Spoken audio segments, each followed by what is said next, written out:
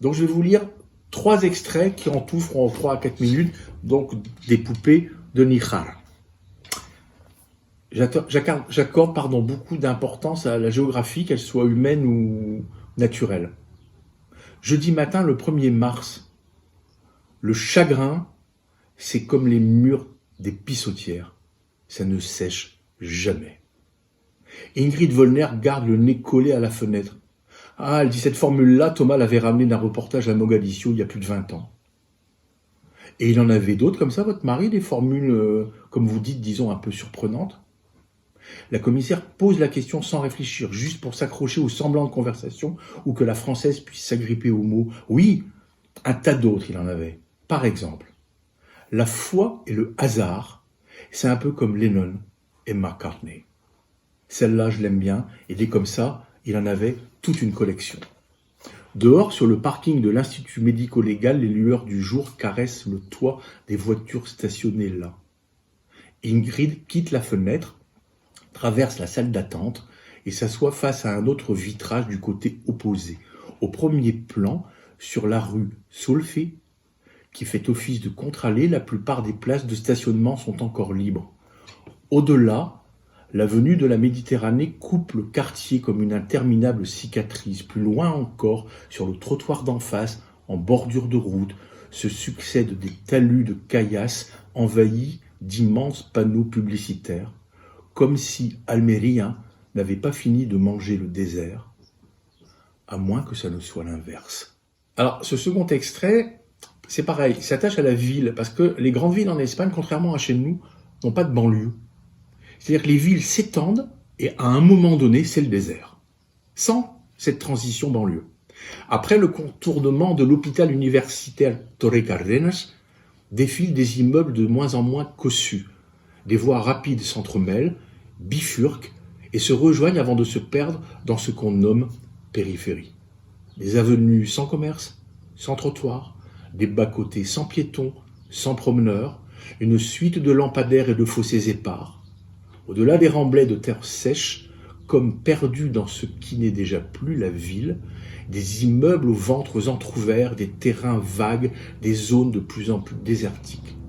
La tempe collée à la vitre latérale, Ingrid Wollner songe à la traduction de No Man's Land en espagnol. Tierra de nadie, terre de personne. Donc cet extrait, on est au début des années 50, c'est écrit à la première personne. La première personne est une petite fille qui rentre chez elle de l'école et qui va être accueillie par ses voisines. À peine ai-je fait quelques pas que les mamans du rez-de-chaussée se précipitent dans le couloir. Madame Alvarez, Madame Orcas et Madame Ternero.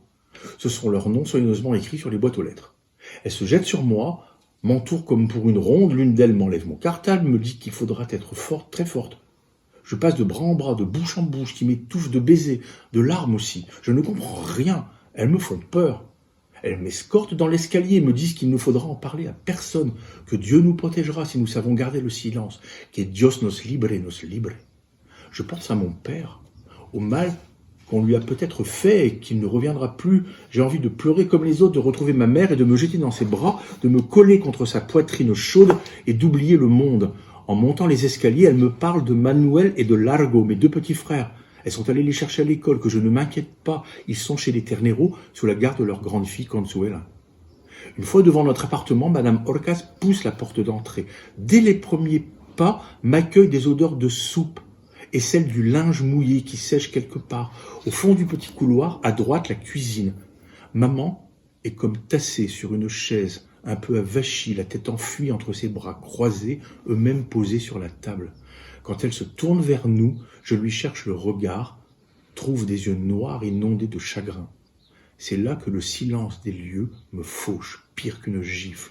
Notre appartement, sans les cris du petit, sans les pleurs, sans le petit cœur battant d'Angel, notre dernier amour, notre bébé. Maman se mord les lèvres, ne pas gémir devant moi. Elle lève les yeux au plafond comme si elle voulait crever le ciel, apostropher ce Dieu qu'à la maison avec papa, ils n'ont jamais aimé. Je m'extirpe des mains qui me collent et plonge dans ses bras comme contre sa poitrine tiède. Je sens son cœur battre à mon oreille. Je l'embrasse dans le cou, lui dis que je suis là. Je lui dis que j'ai compris. Je lui dis qu'il ne faudra pas le dire à papa dans sa prison, pas tout de suite. De rage, il se fracasserait la tête contre les murs. Alors, elle colle son front contre le mien, me caresse la joue de ses mèches décoiffées, elle pose un doigt sur ma bouche, veut que je taise les mots, que je les garde jusqu'à ce que les femmes du rez-de-chaussée soient parties et qu'elles emportent avec elles leurs pauvres prières. Elle me dit « mon trésor », dans sa voix, quelque chose d'une femme devenue vieille.